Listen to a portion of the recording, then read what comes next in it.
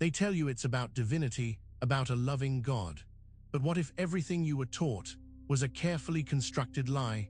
What if the name you whisper in prayer isn't a path to liberation, but a key that locks you deeper into a system designed for control? We've been fed a narrative, a story from birth, about a benevolent creator who watches over us. But dive beneath the surface, into the whispered truths of ancient sects, and a different architect emerges. An artisan of cosmic illusion, an arrogant creator known as the Demiurge. This being, so often mistaken for the ultimate divinity, is in fact the source of the prison we inhabit. His symbols are everywhere, woven into the fabric of our religions, etched into the pillars of our governments, and echoing in the seemingly innocent stories that shape our culture. Suppressed texts, hidden for centuries, reveal a staggering truth. The Gospel of Judas, the Nag Hammadi Library, these aren't just historical curiosities. They are blueprints to a spiritual trap, a magnificent deception sold to us as salvation. The veil is thinning, and the reality is becoming undeniable. Your very soul's liberation hinges on a single, terrifying realization. You must see the system for what it truly is. And real quick, make sure to subscribe and hit the notification bell for more videos. Now let's keep going.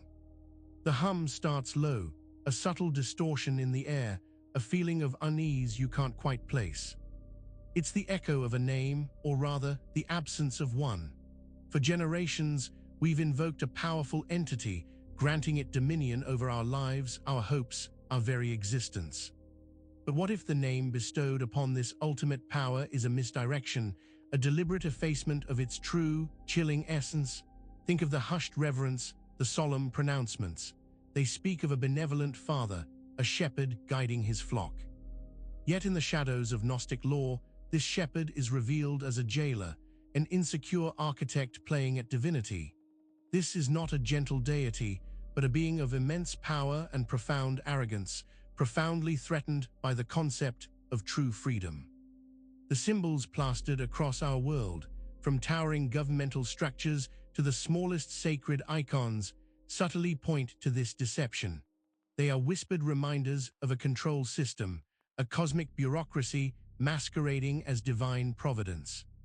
This forgotten name, this God that lies, isn't just a forgotten piece of history.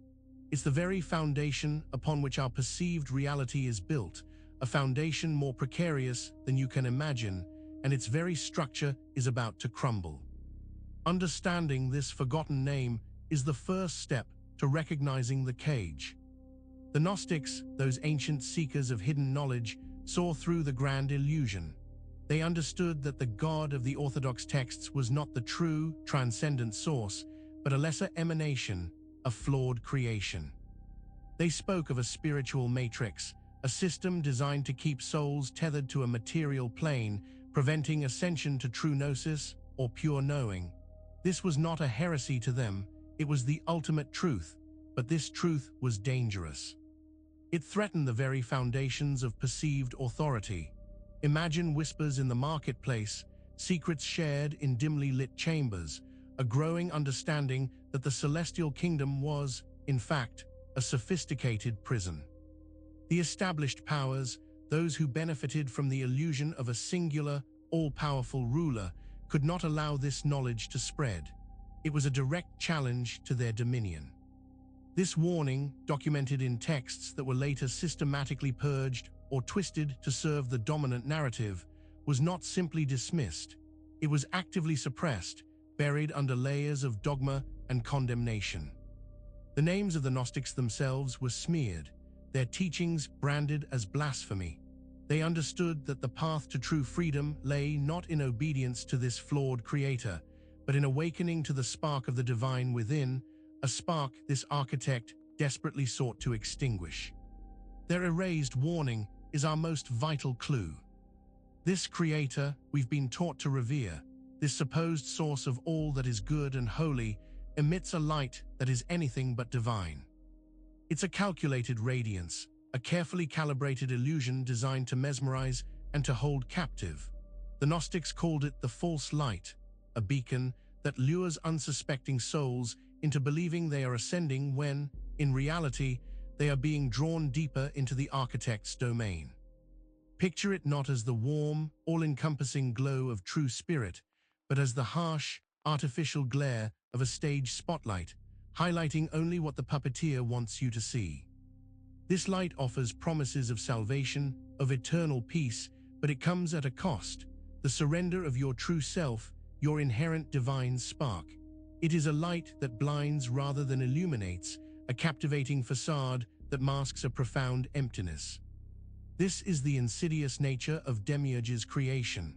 It masquerades as the ultimate good, the highest truth, making it incredibly difficult to question or resist. Why would anyone doubt a light that promises eternal paradise? Yet the Gnostics saw this light for what it truly was: a sophisticated mechanism of control, a spiritual siren song designed to keep souls cycling through a predetermined loop, forever seeking an external salvation that they already possess within. Unmasking this false light is essential to finding the true exit. There is a shape, a recurring motif so ubiquitous yet seemingly innocuous that we rarely pause to consider its deeper meaning. It's the cube, especially the black cube, a symbol that pulses with ancient, restrictive energy. This isn't just an aesthetic choice, it's a geometric blueprint, the very architecture of the prison system we inhabit. Think of it as a perfectly balanced cage, its planes solid, its corners sharp, defining boundaries from which escape seems impossible. This geometry represents order, yes, but it's the order of a locked vault, not the harmonious flow of the cosmos. It's the stark definition of confinement, a complete enclosure that allows no stray thoughts, no unscripted experiences.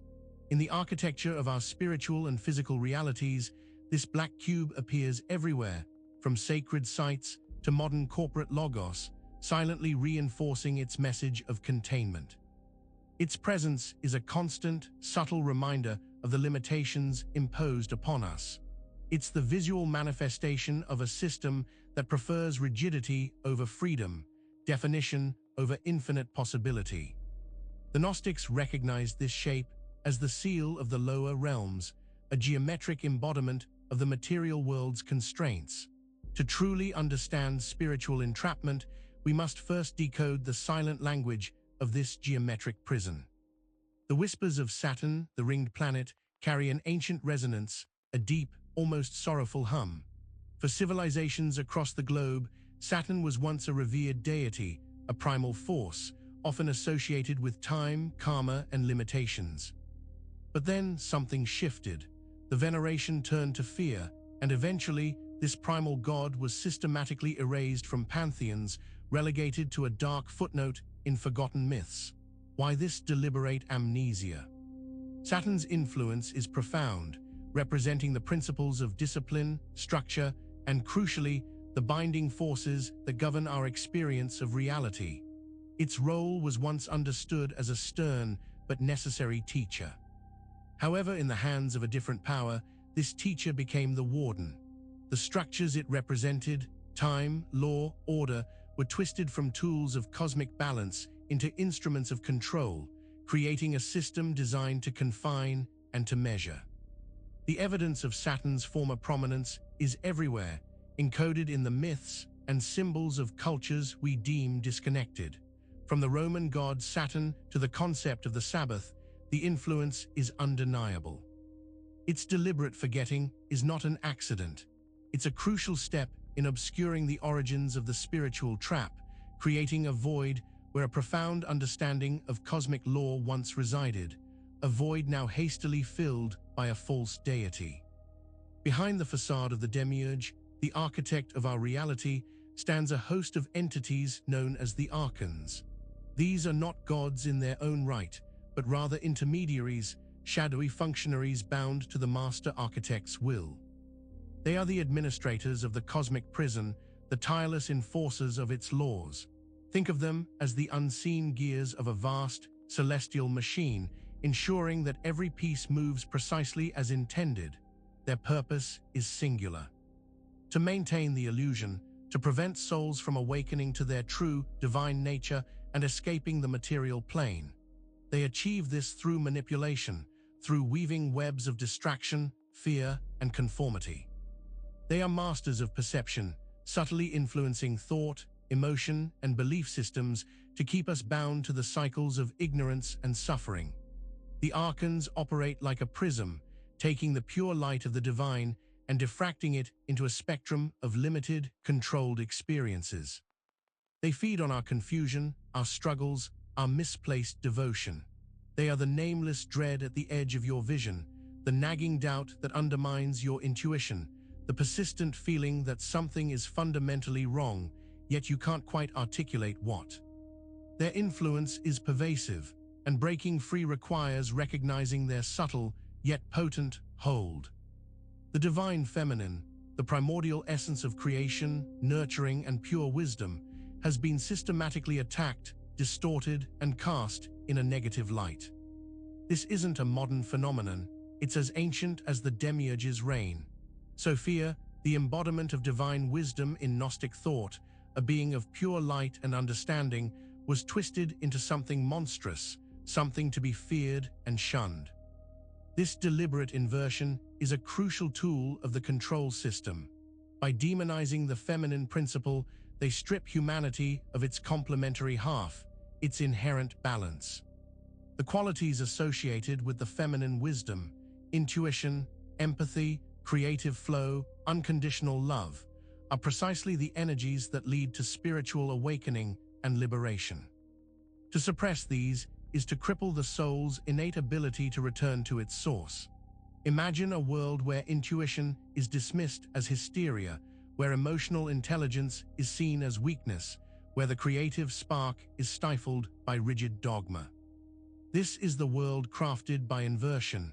The sacred feminine wasn't destroyed, it was corrupted, its power rerouted, its essence redefined as something sinful, something to be purged.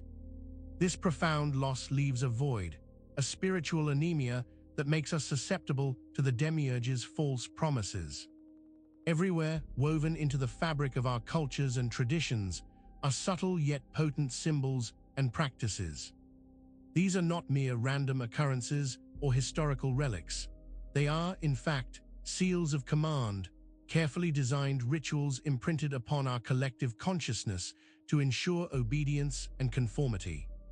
Think of them as programmed directives embedded within the very rituals we perform with reverence, guiding us along predetermined paths.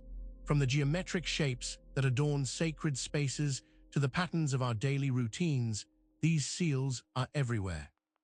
They are designed to bypass our conscious minds, speaking directly to our subconscious, imprinting a sense of order, hierarchy, and surrender. These aren't commands for overt rebellion.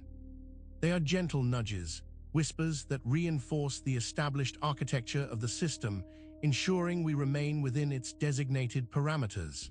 The very act of participation, of repeating these patterns, reinforces their power. We become unwitting co-creators of our own containment, unknowingly accepting the directives embedded within these ancient, yet still active, commands. To break free, one must first see these seals not as harmless traditions, but as coded instructions, a silent language of compliance that has shaped our reality for millennia, their influence far more insidious than we can grasp.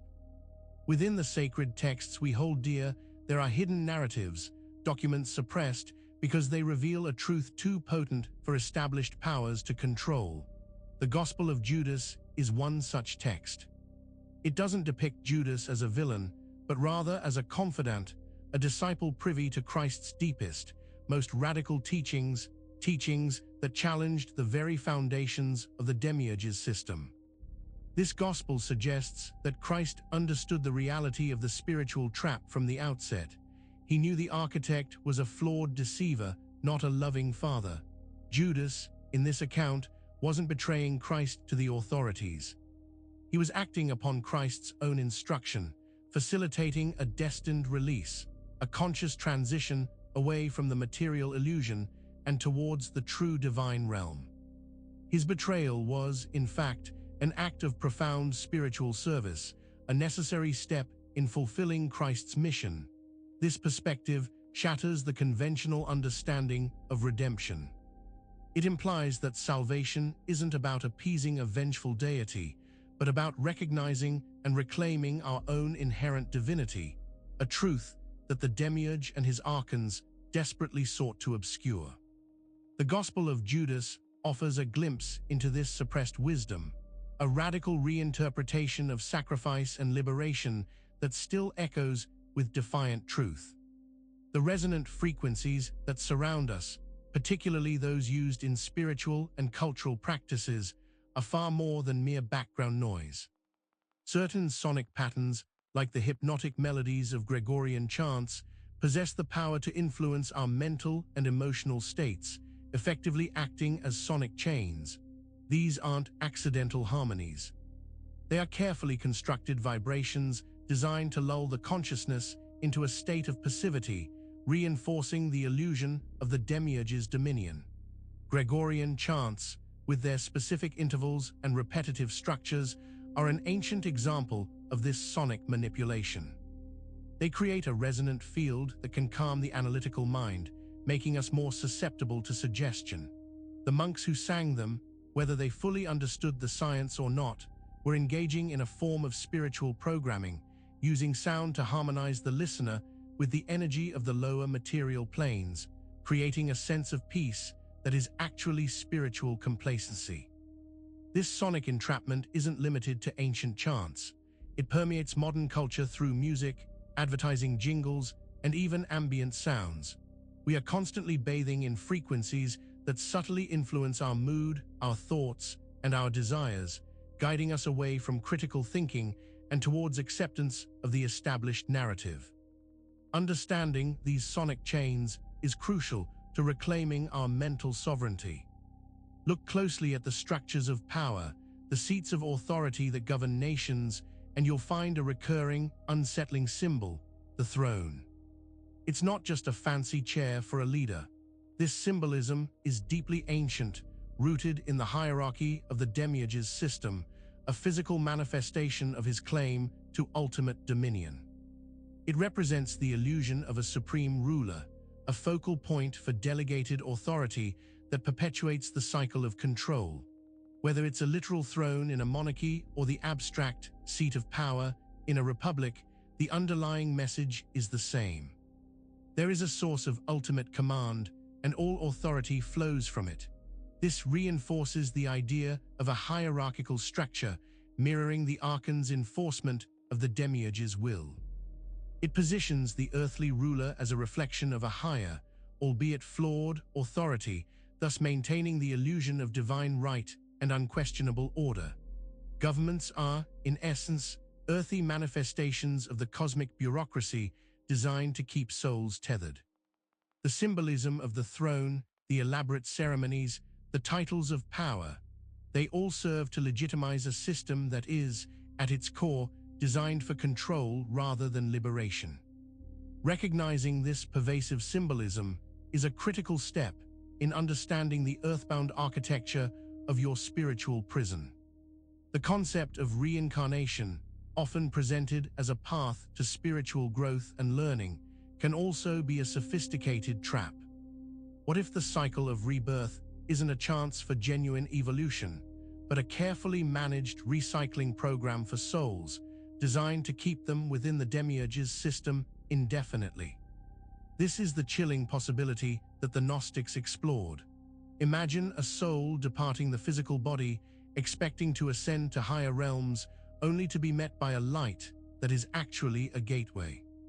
This light, rather than leading to true freedom, guides the soul back into another earthly form, tasked with lessons that serve the system, not its ultimate liberation. The memories of past lives are often fragmented or deliberately obscured, preventing the soul from recognizing the recurring pattern of its confinement. This soul recycling perpetuates the Archon's mission: to exhaust the soul's potential within the material plane, ensuring it never reaches the true divine source. The lessons learned are framed within the Demiurge's curriculum, keeping the soul tethered to the karmic wheel of cause and effect, forever seeking an external solution rather than acknowledging the spark of divinity within. The promise of eventual enlightenment becomes the ultimate bait, keeping souls engaged in an eternal, unfulfilled journey. The figure of Astaroth looms large in esoteric lore, often demonized and associated with temptation and darkness. But what if this entity, this name that strikes fear into many, was once something entirely different? What if Astaroth represents a shattered divine feminine archetype, a powerful goddess whose essence was deliberately corrupted and redefined by the forces of the master architect to instill fear and sow confusion? In ancient contexts, Astaroth, or Ishtar, Venus, Aphrodite, was often associated with love, fertility, and the vibrant, creative power of the feminine divine. She was a symbol of life's raw, untamed energy. However, as the Demiurge's influence solidified and the systematic inversion of the feminine took hold, this powerful goddess was systematically stripped of her benevolent aspects, her image twisted into a terrifying entity that personified forbidden desires and dangerous rebellion against the imposed order. This shattering of a goddess is a direct attack on the principle of divine feminine power, a force essential for balance and true spiritual liberation.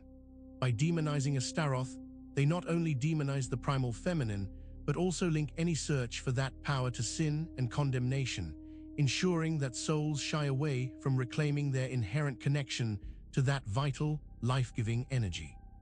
There is a geometric form, often overlooked amidst the more overt symbols of power, that holds a profound connection to the forces of Saturn and the very architecture of entrapment, the hexagon. This six-sided figure, appearing in everything from honeycomb to snowflakes, carries an ancient energetic imprint, a seal that resonates with the restrictive principles of the Saturnian system. It's a geometric lock, a blueprint for containment that underlies much of what we experience. The hexagon represents a perfect balance within its structure, but it's a balance of enclosure, of boundaries clearly defined. It speaks of order, yes, but it's the order of a contained system, a recurring pattern designed to limit expansion and enforce a specific energetic resonance. When you see this shape recurring, particularly in contexts related to power or control, it's not a coincidence. It's the subtle signature of the Saturnian seal, reinforcing energetic boundaries. This geometric code is deeply embedded in the fabric of our reality, often masked or integrated into seemingly natural or benign forms. It's a visual representation of the cosmic cage, a subtle yet powerful reminder of the energetic frameworks that bind us. Understanding the hidden hexagon is to begin deciphering the geometric language of the Demiurge's dominion and recognizing its mark on our world and our souls. We are encouraged from childhood to pray, to seek answers, to offer supplication to a higher power. But what if the very act of praying to the Demiurge, to the flawed architect, is not an act of seeking divine connection, but an act of feeding the system that imprisons us? Every whispered plea, every heartfelt request sent into the void, inadvertently reinforces the control grid. When you direct your prayers towards the false divine, you are, in essence, validating its authority. You are acknowledging its power over your life, unwittingly granting it permission to continue its reign. The archons, the servants of this architect, feed on precisely this form of energetic exchange. Your sincere devotion, when misdirected, becomes sustenance for the prison itself. It's like constantly sending more energy to power the locks on your own cell. True spiritual liberation doesn't come from begging for favor from a flawed creator, but from recognizing and activating the divine spark already within you. The energy your prayers generate is immense, but when it is channeled into the Demiurge's system, it serves only to strengthen its walls. To break free, one must understand where that sacred energy truly belongs, and that is within your own awakened consciousness. The system of control, the spiritual trap laid by the Demiurge and his archons, is designed to erase our true memory, to sever our connection to our divine origin. But what if the key to escape, the ultimate exit code, lies not in some external act or forgotten ritual, but in the reclamation of our own lost memories? What if remembering truly is an act of profound rebellion? The archons work tirelessly to fragment our past, to create a disconnected linear experience of time and to obscure any trace of our divine essence. They want us to believe we are born of dust and destined for oblivion or endless, repetitive cycles. But within the fragmented recollections, the fleeting déjà vu, the persistent dreams, lies the blueprint for our liberation. These are not random occurrences, they are echoes of truth struggling to surface. To actively recall, to delve into the suppressed layers of your own existence, is to defy the architects of illusion. It's to rebuild the bridge to your true self, to reawaken the dormant divine spark. Memory, when reclaimed with intention, becomes a powerful weapon against the forces that seek to keep you ignorant. It is the ultimate act of reclaiming your sovereignty, a silent, potent uprising against the systems of control that have held you captive for lifetimes. And now that you know where to look, the path forward begins to reveal itself. Make sure to subscribe for more videos and hit that notification bell so you never miss a new video.